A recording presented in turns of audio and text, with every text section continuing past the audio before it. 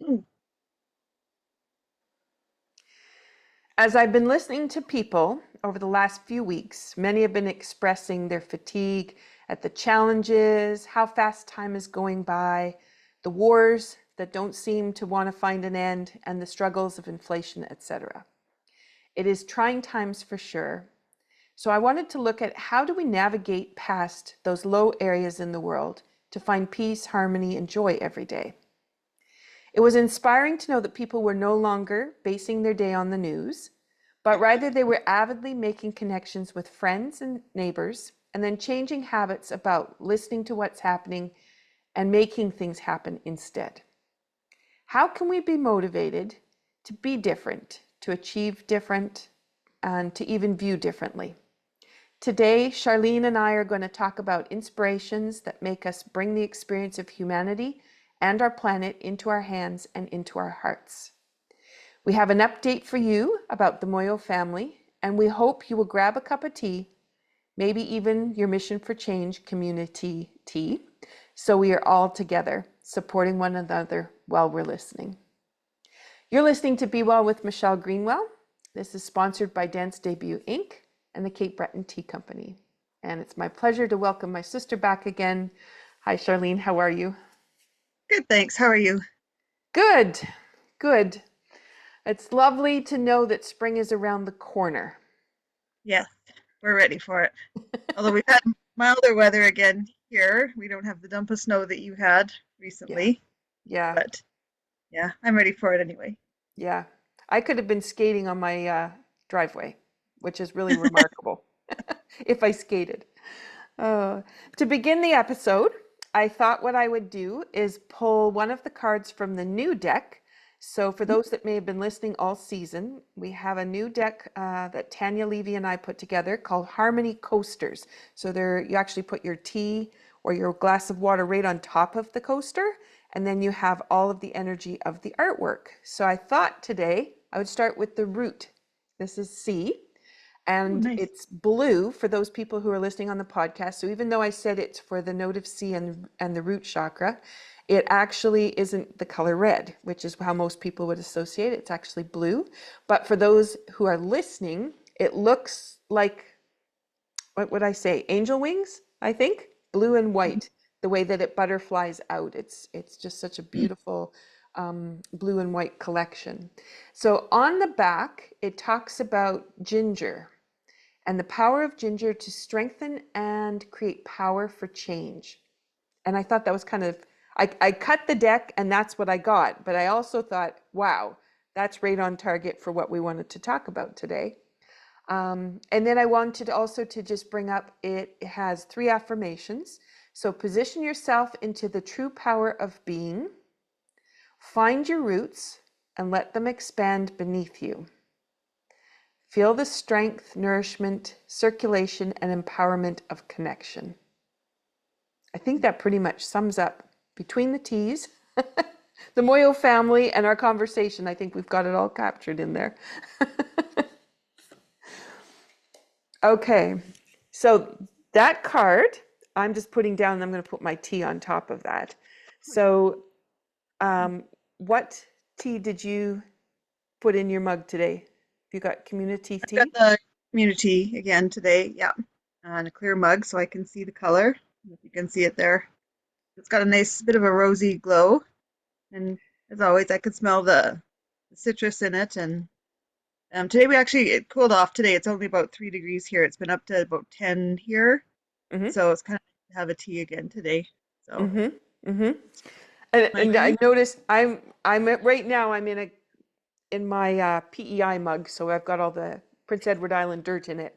Um, but I've noticed I've continued to navigate more to the clear colored mugs, so I can see the color.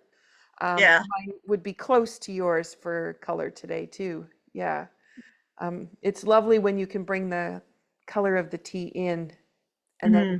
put it with the smell. Yeah. Yeah. Cheers. Cheers. So the tea I have today is a new one. This one goes with the new deck, and it's called Vitality, Island Vitality. Oh, And nice. Yeah, it has some similar ingredients to what is in the community tea. And this one, though, I chose it just based on its affirmation. But what I'm going to tell you about is that thought of how we can inspire people by, dropping that pebble into the pond and then just let the ripples come out. That's kind of what this tea feels like when I'm drinking it. And I Oh, know nice. the mission for Change Tea is I really, really feel a sense of community when I drink Mhm. the tea and connection that can happen. And then this one is like the personal empowerment to go back into that community. Um, It's really nice, smooth tea. I like this one. mm, mm. Oh, lovely. Very nice skin. Okay, so you have had some lovely challenges at your house over the last few months.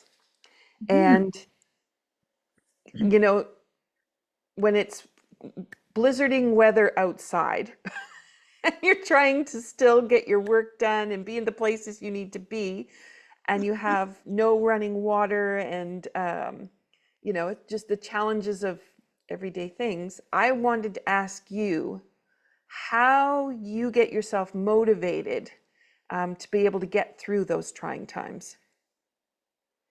But it's interesting. This isn't our.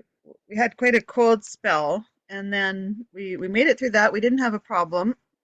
Mom and Dad actually had their pipes freeze, or mostly freeze, partially freeze.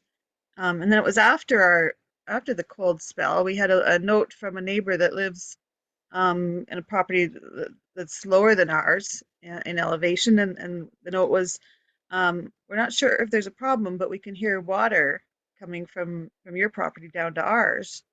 We think maybe your pipes froze, and thought, well, we don't hear any water coming from our place. But we kind of investigated, and apparently our pipes did freeze, but they were still water was still running in the house. But they'd frozen underneath, and our main water tap had burst, and so there was water running underneath.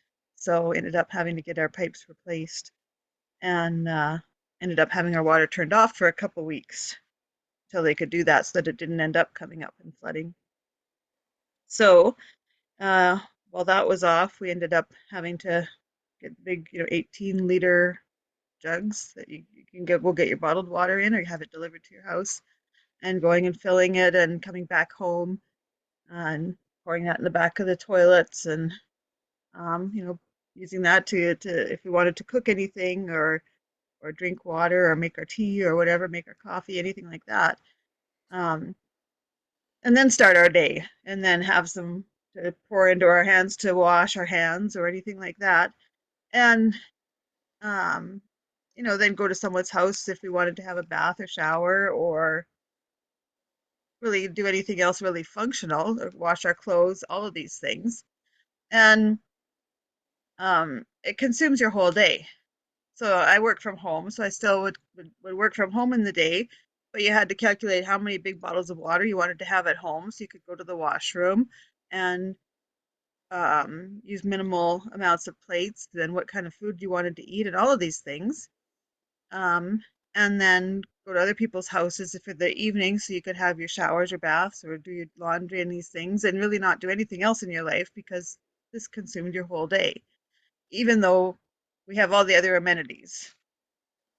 So it really took up everything, and we really didn't do anything else socially, or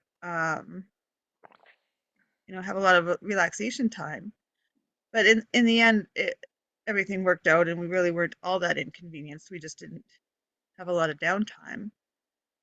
Um, and it was really first world problems, right? Because we were still warm, we still had a roof over our head, and it was inconvenient and tiring, but it really Mm-hmm. wasn't the end of the world. Mm-hmm. We still had access to water, and Yeah. it was still water that we had access to. Yeah. So it's feel sorry for yourself, because we didn't suffer greatly. It was just awkward, Yeah. you know, and we were out of being able to just turn on our tap right at our house and have instant water. Yeah. Um, but it makes you grateful for what we have. Mm-hmm. Mm-hmm. compared to what I know the Moyos don't have every day, their Yes. whole life. Yeah. And So one it's would hard. be, that even because they're in a drought at the moment, so even for them to find water, let Mm, alone whether it's even good water, is a challenge. And then you had the hippo rollers, which allowed them to roll the water back up. Um, mm. Hauling jugs in your car isn't quite the same as much as No, that's difficult. no. And, uh, for them, all of their crops have dried up. Hmm. There's no way to roll enough water for the crops, and the wild animals are dying because there's no water for them, Hmm. and the ripple effects are are huge. We don't have that problem. Hmm. So it's quite a different scenario. Hmm. Hmm. But I was thinking about, and yes, it's trying to compare two different worlds, but I was also thinking about the stress level because as you're talking about, then you become consumed with how do you meet those necessities in your day, and then the stress level that comes with that, and how the body um, has to respond to that. Well, and even for us, I mean, it changed what we would eat and drink Hmm. because, well, are we really going to cook that, or are we going to go for sort of the convenience foods because we don't really want to make normal meals if we don't have all the water to cook and wash and all of these things. So you kind of go for lazy foods, but that's their everyday circumstance that Hmm. they have to have enough water to cook and then to wash the dishes and um, uh, do all of their hand washing and cleaning and wiping up and all of these things afterwards and we are really too lazy to haul enough water to do all those things, Hmm. Hmm. and have the utensils to be able to do that. Right. I'd say, well, you know kind of easier that mom made supper that night, so okay, yeah, we'll go over for dinner, you know and people try and make it convenient for you to be able to do that too, which was we're grateful for. Hmm. And we made a few meals here, but then take the frying pan over there to wash where there's a sink full of water and running water, rather than haul enough water over here to be able to wash and scrub and rinse and everything. Hmm. So it's quite different. But if you think of trying to cook for a really large family and be able to clean up afterwards Hmm. and hauling all that water to do that, you know, Yeah. I don't, I really don't know how people could do that as a daily way of living. Yeah. Yeah. It's really unimaginable. It's really inspirational that people are able to continue to do that, Hmm. Hmm. and the amount of time that it takes too. Yeah. You know, in terms of just consuming all of a person's time and energy, and the work that it takes to do that, Hmm. and And I that would. it's a multi-person job to do some of these things that may sound so trite or trivial, that, oh well, it takes a few women to do this, to do the look after the kids clothing for the day or something. Well, that it's actually quite a significant job between multiple trips for the water, or to scrub things out or something, because there's so much labor involved in doing some of these things, Hmm. or to get enough water to to to water a small little group of plants or something, to Hmm. try and sustain them. And if you're talking about in 35 or 40 degrees Celsius weather and multiple kilometers of walking, while you've also got children that you're looking after, just unbelievable. Hmm. Hmm. I I wouldn't survive. I mean, yeah, I would have told my kids that. This is me, you Yeah. know. Darwinian theory says I would not make it. Yeah. And it's Survival of interesting too when you think about when you said about there's not enough time. And that's what would go through our heads when we have these kinds of luxuries. There's not enough time, and you think, we have all kinds of time. We have so much extra time because of the convenience that we have. But what are we Yeah. actually doing with that time? How much time did we scroll on our phone, or how much time did we binge watch a show that we really didn't need to see? Hmm. But, it was relaxing to be able to lie down. I put my fingers in quotes for those people listening to the podcast. Well, the other interesting thing, like when I chat with them, and I guess I'd never really given it a lot of thought before. Like where we live, um, quite a ways away from the equator, we have our real short daytimes in the winter, and then in the summer we have our long daytimes where our evening doesn't really our nighttime doesn't start till quite late in the evening. So we have this long day in the summer. They don't have that great variation. So they don't have that short day in the winter and that long day in the summer. Their daytime variation isn't really big like that. So their total daylight doesn't vary so big from season to season. Mm-hmm. And when you don't have electricity, so you don't have lights to put on at night, your amount of working time is really dependent on your amount of daylight time. Mm-hmm. So for them, once the sun goes down, that's the end of your working time.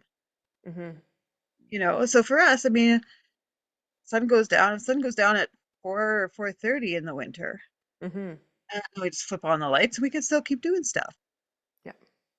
For them, once the sun goes down, and especially with mosquitoes, which are malaria carrying and disease carrying, they need to be under mosquito nets if they have them, which they don't all have them in the family, but they need to be under them at that point, or they risk more disease.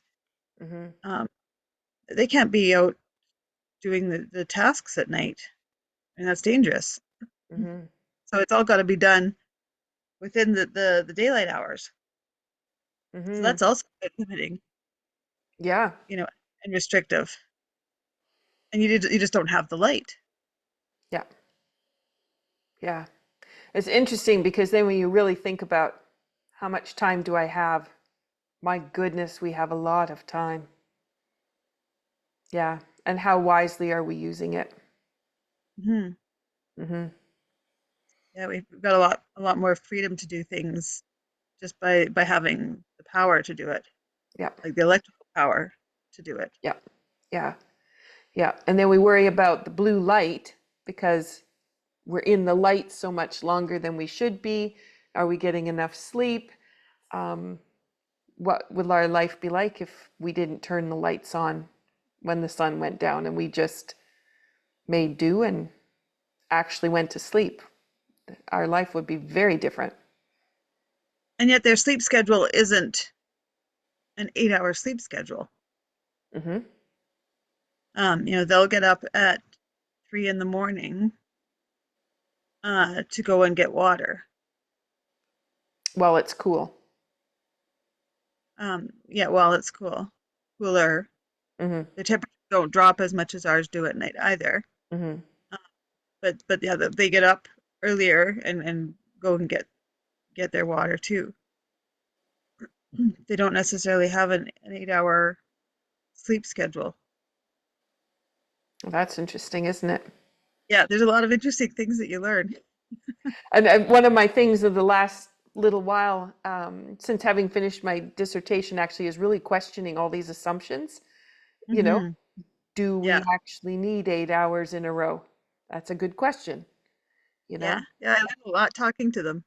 And as our father's been delivering the papers in the middle of the night, and we didn't think that was a good idea for him, yet perhaps it's not the same hardship that we thought it would be that your sleep is so interrupted, but that he still gets the right amount of sleep across 24 hours. Hmm. That's a lot different. Yeah. Yeah. Interesting. I wanted to ask you too, because I know the work that you do, you're overseeing and participating with people who have a lot of daily challenges to navigating, but in a world that does have lots of privilege and opportunity, although they might not be privy to it. So when you're working with them, I'm curious, as you're supporting them, some of the thoughts that go through your mind, these discrepancies between these lives, and how we can still live on one planet and be that different. It's challenging because the organization that I work for is working to support uh, some of the most vulnerable people in our society. So we work with people who are suffering from either a lot of mental illnesses or um,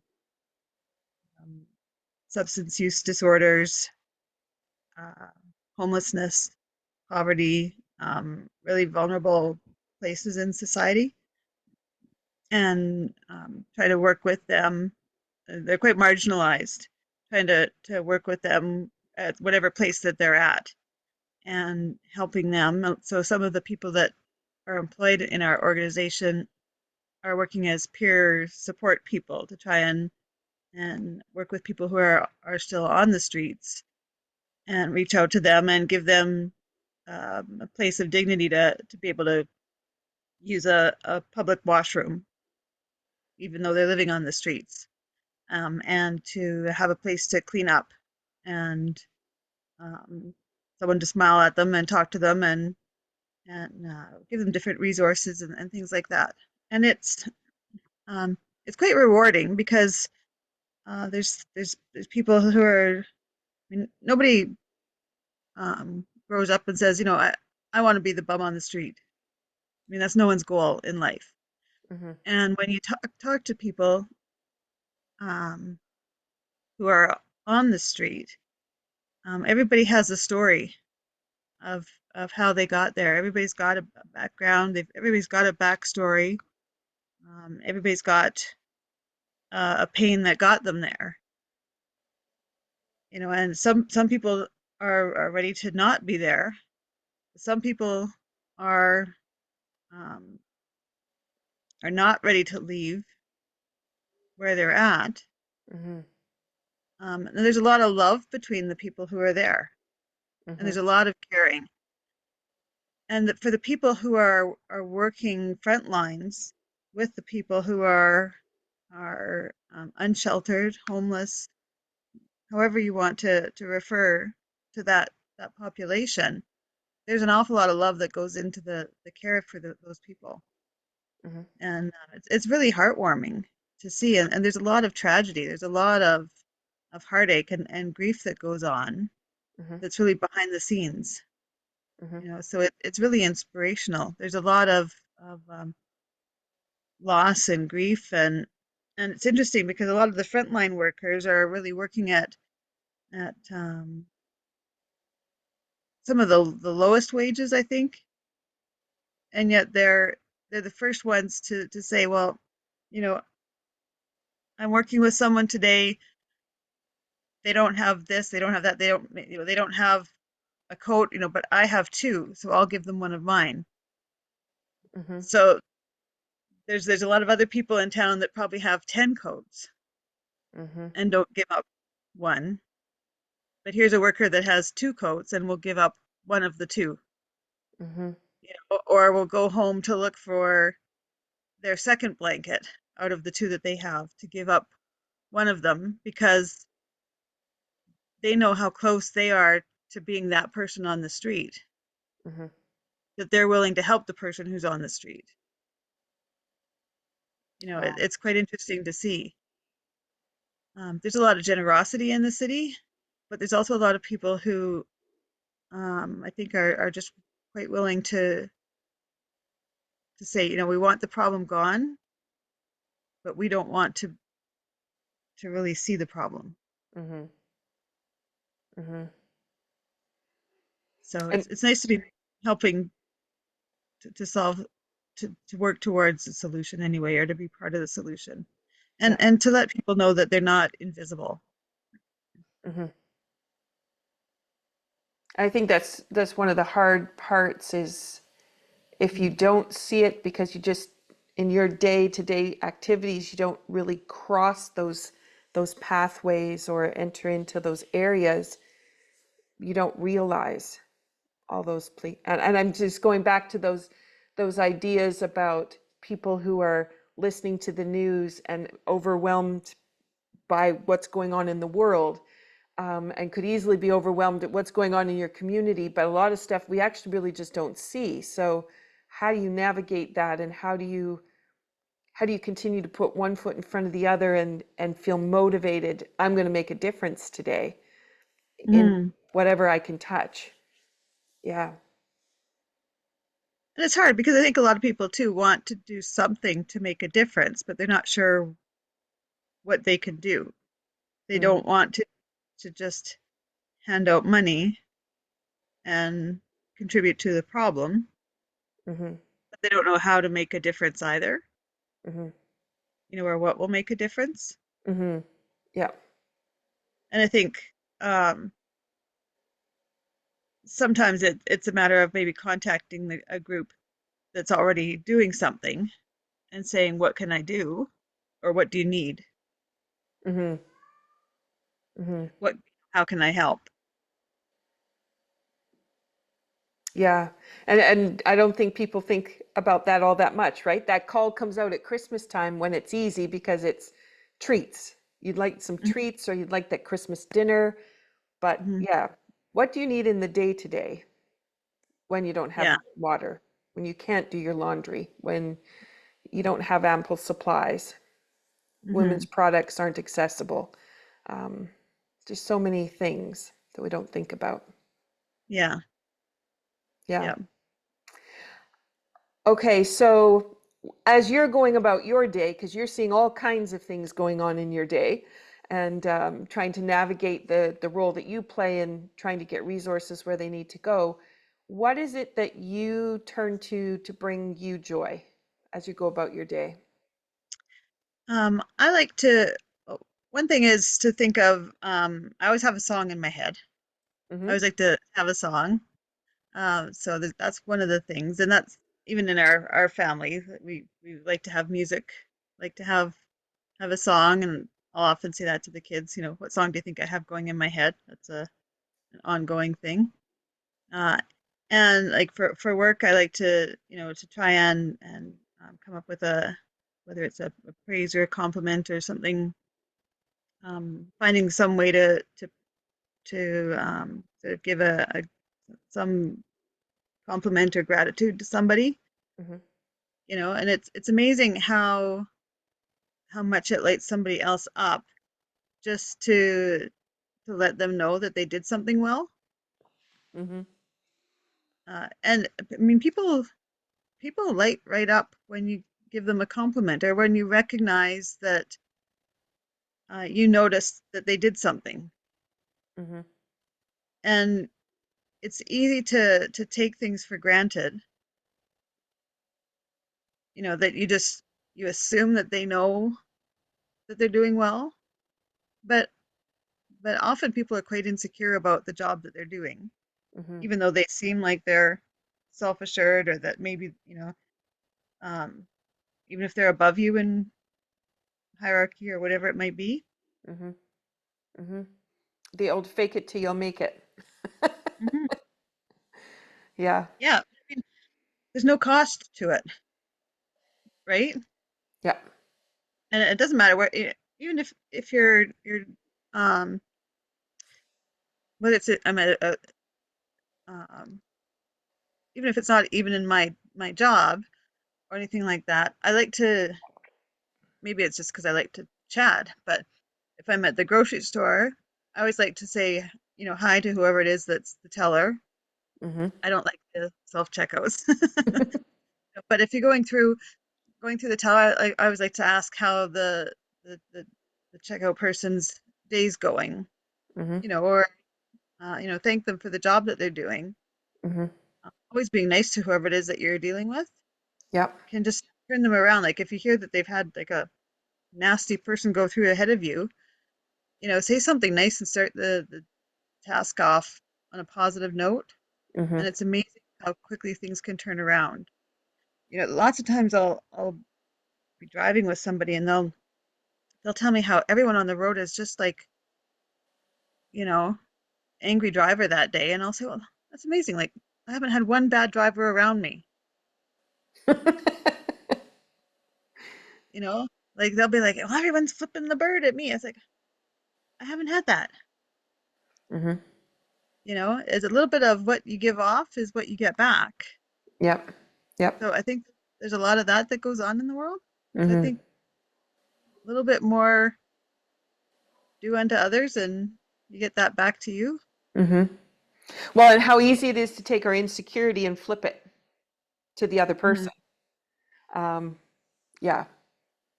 And then reflect it back on us.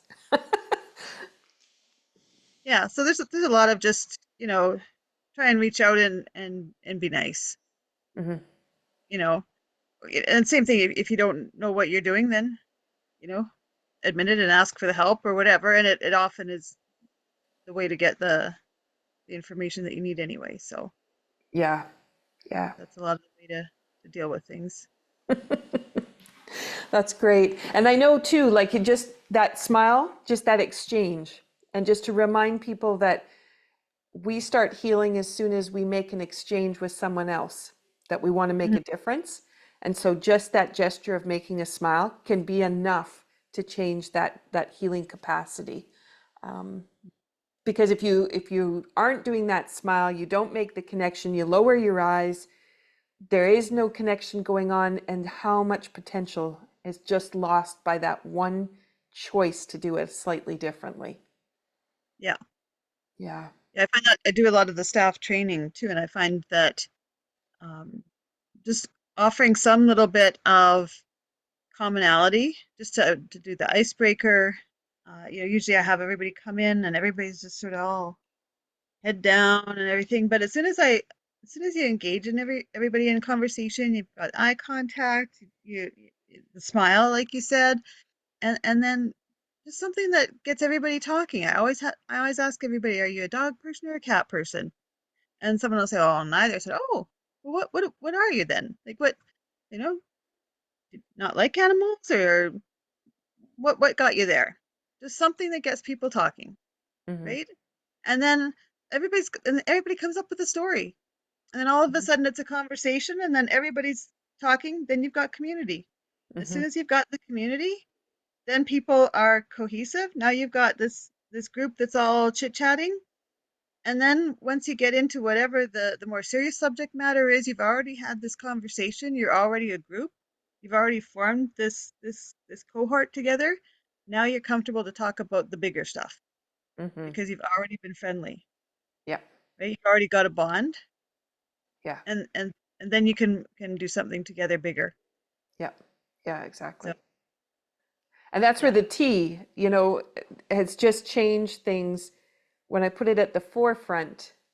Where before I would, yes, I was a tea drinker, but I drink it at home and it wasn't so public that I was doing that. But then when you start passing it around, and instead of running into my Tai Chi class, eager to lead the class and get things started, and I started pouring the tea, and then we take our time, and sometimes we're 10 minutes into class, yet that class still manages to get all the things done that it needed to have done. Everybody feels like they really did a good job with their Tai Chi, but we started with this conversation because sometimes too, you just don't even ask people, how are you? And just to have that acknowledgement, it's been a rough week. Okay, I'm here for you. And when I'm doing Tai Chi tonight, I'm going to send some energy back your direction. Yeah, it's lovely. Yeah. Mm. Beautiful. Okay, so if we go from there to the Moyos, I want to talk about them tonight because, when we started the podcast season 3, we had aspirations for where we were going to go and what was possible. And oh my, life has not been easy for this family. And I really want to draw attention to the fact that we really don't know how people around the world are living and the conditions that they're in. So, do you want to share more? Sure. don't know where we left off last time. I probably should have caught myself up. Um, let's see. There's been a lot of illness. Um, the roof had ripped off. I don't know if we talked about that. The roof had ripped We off did. Yep. home. We got that rebuilt, the roof on the temporary home that they're living in. So the home has some pretty rough walls and things, but we've got the roof back on. So that was quite a hurdle.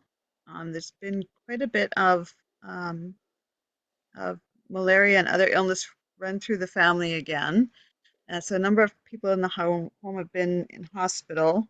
Um, and right now, they, they, they should have been having a rainy season, but whether it's climate change, whether it's, I don't know, I'm not going to be the political activist and cry wolf for anything, but they haven't had the rains that they should have had. So their their crops have completely dried out. So they don't have any crops currently coming off that they should have. So before Christmas we leased land that's further away, that's a new land that is 2.5 acres, that's lower lying, and it's in a bit wetter land area that hadn't been available to lease before. So um, in the next couple of days, um, one of the mums is going to go and clear that land by hand. It all has to be cleared by hand. So she'll do that for probably a week or two. So with hand tools, it'll all be cleared, and seed it in hopes that it will grow, I think, rice and sorghum and maize is what she'll plant, all by hand, trying to raise food for the family again for the next several months, for that to be food for the family. Um, and I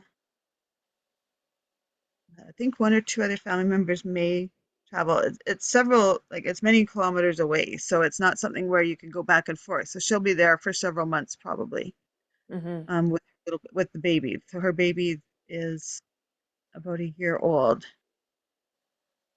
So that's So she's Stella heading off by herself with the baby for two and and a food. half acres. Wow. Um, with or without shoes. She doesn't have shoes currently. Um, they'll have to decide between buying the hand tools and the seeds, and the the distance traveled. If there's enough money for her to get a pair of shoes as well. Preference is that she gets shoes so that there's less chance of foot infections and foot Mm-hmm. fungus. Mm-hmm. Otherwise, she'll be clearing the land barefoot. Wow. Yeah. She's the one who did all of the harvest of the grains that's currently keeping the family alive. Mm-hmm. Mm-hmm. And I think that's when we had our last conversation is she had just returned back with all of that bundled and needed enough bags in order to Yeah, be able to bring in the crop. Yeah. Wow. yeah. Yeah. So And anybody who's listening that's thinking about their couch isn't comfortable enough or, you know, they uh they have a few inconveniences. I just can't imagine clearing the land before planting the crop. no, and this is while she's breastfeeding. Yeah. Yeah, Yeah. her baby just turned one about a week and a half ago, Mm-hmm. maybe 2 weeks ago, about February 20, uh, around the 20th, I think, or 18th or 20th was his birthday. Mm-hmm. Um, that the dad, that's their first child. He's got type 2 diabetes. He's been in and out of the hospital. That was just diagnosed last year. He's the only adult male. He just turned 36 last week. Mm-hmm. He's had malaria really bad, and type 2 diabetes was diagnosed last week or last year, and that's quite uncontrolled there. They don't really have access to regular blood sugar testing. Mm-hmm. He has to go to a hospital quite far away to get that tested, so he can't test it regularly or have any way to control it, really. Mm-hmm. So he's ended up in like a diabetic coma, with seizures. Just it's just been incredible, um, and had just a horrible time trying to get that under control. And it's quite very, very dangerous there. Mm-hmm. Uh, they don't have the luxury of having the monitors and the medication that we have here, so it's quite life threatening. Mm-hmm. Mm-hmm. They had thieves break into their area and steal their pigeons that David Mm, had captured and had in the bird coop. So yeah, then David and Chikondi, his cousin, were trying to sleep in the bird coop with the remaining birds, to try keep and them save safe. them. Wow. Uh, just challenge after challenge. Wow. So And they were burglarized twice, not just yeah, once. So yeah. even if they can get enough supplies to support the family, then other people realize they've got supplies, so then they become a threat. hmm Yeah, so some of the women were trying to stay up at night to to try and fend off if there's burglars. Yeah, they filed a police report about the burglar, but Yeah. had to prove which pigeon was yours. Right. And in that kind of an economy, like it's just very challenging. And and their home is um it's not very secure. The doors don't secure. Um, it's a real challenge. Yeah. And I mean, there isn't electric lighting. It's pretty difficult. Mm-hmm. Mm-hmm. And so I'm thinking then too, Stella going off by herself with her baby, she's not really all that safe there by herself for several weeks at a time. hmm Yeah, she takes a big risk. Yeah. Yeah, And then how do but she's you determined that she can do this, and this is her. her contribution? What can you do? hmm Yeah. Especially if your husband can't do much more, you can't go too far away from where access to care would be. Well, and he's ended up in the hospital so much, Yeah. and so sick, Yeah. Yeah. that he's been unable even to be out of bed. Well, and it's not even bed; it's laying on mats on the floor. Yeah. Yeah, it's been really, really quite incredible. Um, we did, I think we talked since Grace from Grace Pads had been to the home, Right. right? And she delivered all of the Grace Pads for the women, which has been a real blessing. So they've all got the sanitary pads that are the reusable ones. And did have I don't know if it was an engineer or a designer of some sort that went out and did a basic plan for house plans, Mm-hmm. um, on the property that's in the Moyo families.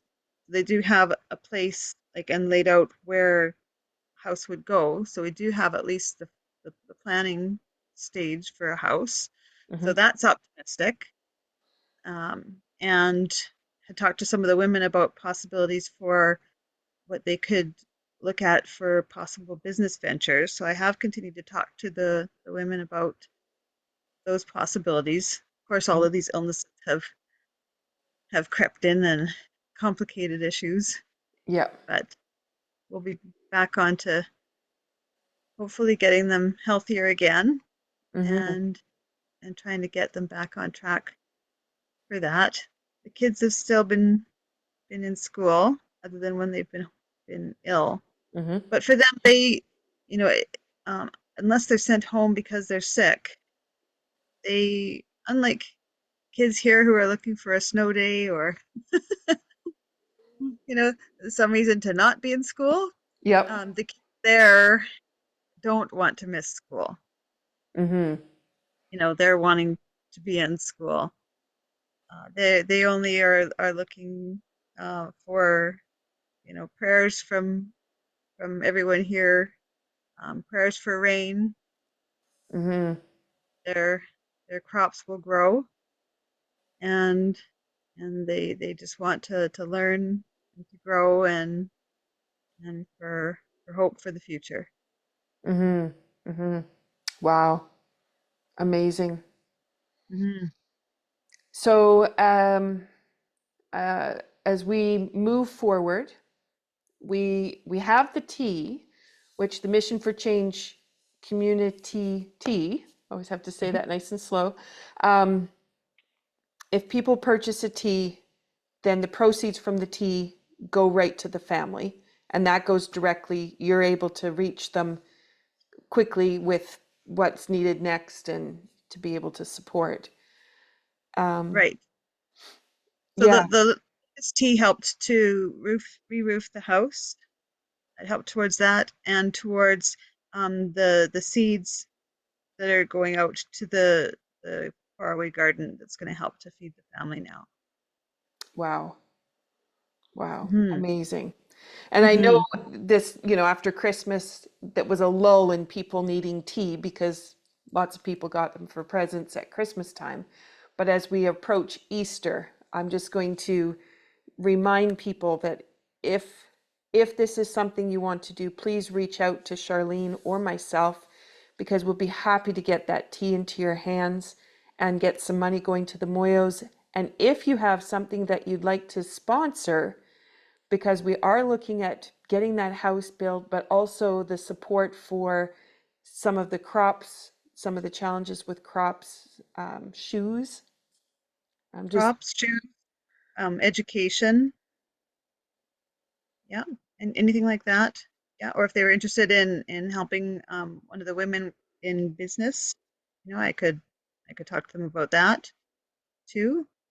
and wouldn't that be something with International Women's Day coming up to think about? Yes, we could celebrate ourselves as entrepreneurs and women entrepreneurs, but wouldn't it be something to be able to reach out to another woman and say, I'm here to support you?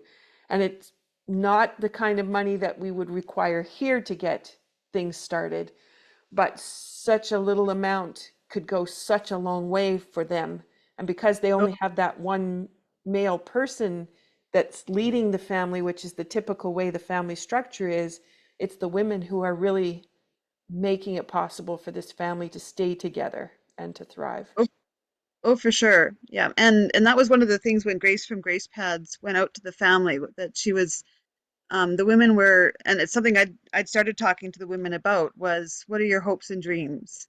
And that's not something that anyone had ever talked to them about before, was what do you mean hopes and dreams, and what do you mean what we could do something different than just keeping the family alive. And so, you know, Grace and the family is hoping, thinking that she could maybe be a hairdresser, Mhm, you know, in a salon someday. That's a possibility.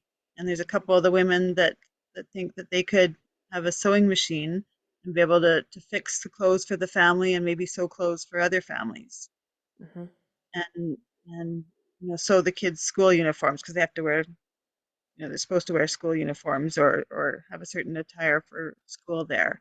mhm, And so they thought like a manual sewing machine would be something that they could do for a business, mhm, and resell and kids' clothing, things like that. And Stella, who's off doing her agricultural work, wants to learn more about agriculture and to know better ways to to do farming and better farm care and know more about fertilizer and know more about animal husbandry. And the different women in the family, I mean, have learned that they could have hopes and aspirations, but they don't have the means to do anything with those hopes yet. yeah, But the seeds have been planted that it's it's it's possible. possible. Women in the world do that, and that's something that Stephen and Marie and I talked about when we first met, was that education is important for women, and that there is hope. And Maria, the mom that I first met too, and she's educated. That's how Stephen and her met, was through school, Mhm. and through church and school. And that's something that we talked about, was that it was important that the kids stayed in school and learned. Mhm. And so that's part of it, is that there's places that they can go and do things and learn.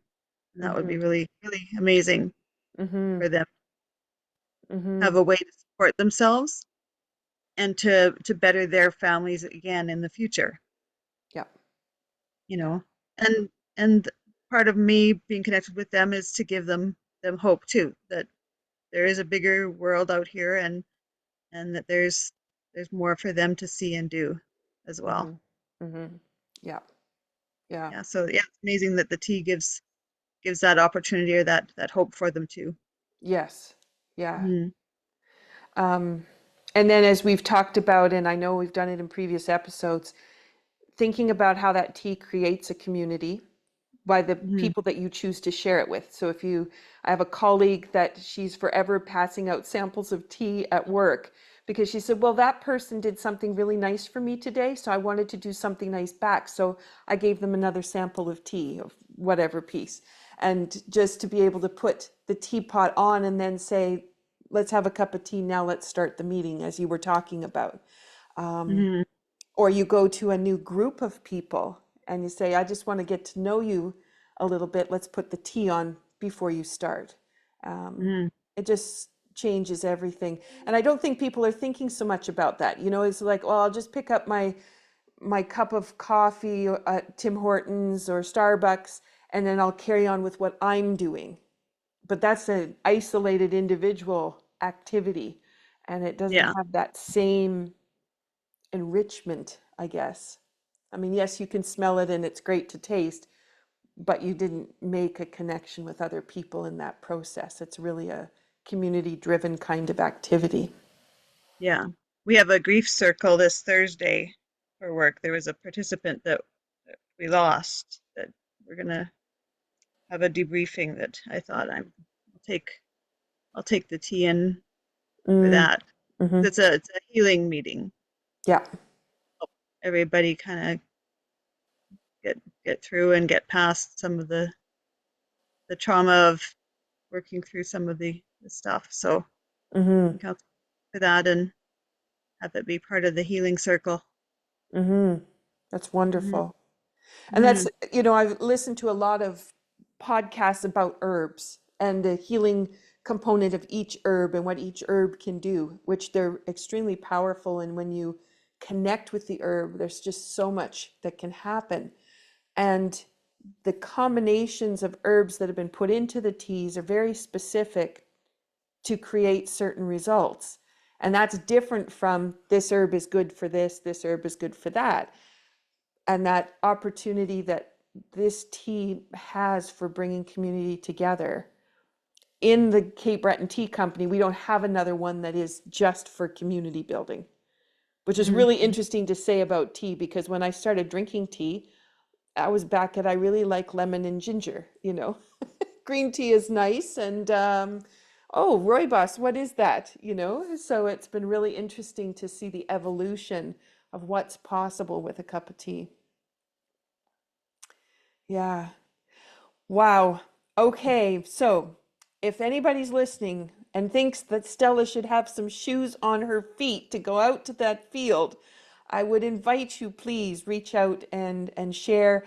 And you can go to Stephen Moyo's Mission for Change GoFundMe, and that would be one way that you could reach out. Otherwise, you can find Charlene Waines on Facebook. And you can always reach out to me at thecapebretontea.ca because I'll be happy to pass the message forward. But if you're thinking as you're listening, there's something you could do, just making one small gesture, it could mean such a difference to this family, but also a difference to you and likely your own family. And I guess, just that wonderful feeling that comes back that my gesture made a difference for somebody else. So, yeah. Anything you'd like to add before we finish today? No, I think that's everything. Yeah. Yeah, Anything is appreciated. Yeah. yeah. And whether you're making a change for this family or you're making a change closer to home, it all, it helps other people. And when you do that, you feel better yourself. Mm-hmm. So Mm-hmm. any change is a good change. Mm-hmm. Mm-hmm. And we've had a new event here at our hall, which is called Toast and Tea. And it's been a way to fundraise for new chairs and tables. And our little hall is hasn't seen a lot of community involvement. It has a jam session every second Saturday, but if you're not really involved in the jam session, you weren't really doing too much. But my Mm. goodness, it was overloaded today, and it was people Oh, right coming on. from everywhere. And everything was locally purchased for the foods that are being served to go with the toast, and the tea was on tap, and it's just heartwarming, and nobody wants to leave. Everybody gets in there, and they all have busy schedules, but they start talking to the neighbors, and then they trade tables and sit with some other neighbors, and it's just a really delightful experience. So, On. and that's one of our community members saying we need to do something different. I'm going to make a toast and tea. Nice. It wasn't me. That goes to somebody else. But anyway, it's wonderful. So Mm. usually we do some kind of movement or activity to get people energized and motivated. So what I would suggest this time is maybe find a good piece of music. Like you said, that always brings you joy to have a song going. Do a little dance, and then think about what outreach piece you might want to do for whatever, Mm. whether that's in your community. Maybe it's in the family, or maybe you decide you want to reach out to the Moyos and you want to participate there too. And so I would say take a step forward, but do it with a dance. So Nice. awesome. All right. Well, we are coming to the close of season 3. So we're going to have one more opportunity for Charlene and I to do a follow-up before we close this season off. And then we'll come back with some new ideas for season 4. It has been a wonderful opportunity. Again, Charlene, I so appreciate how you dig and ask questions, how you learn about people, and you find out what it is you can do to make somebody's life different. I so appreciate that about you. So thank you so much for sharing that on the podcast and with all of the listeners. Oh, I love being here. Thanks so much. All Awesome. right. Thank you. We wish you well. And as you go about your day, take the time and the courage to face your own transformation for well being, and take care. Be well. Cheers. Bye.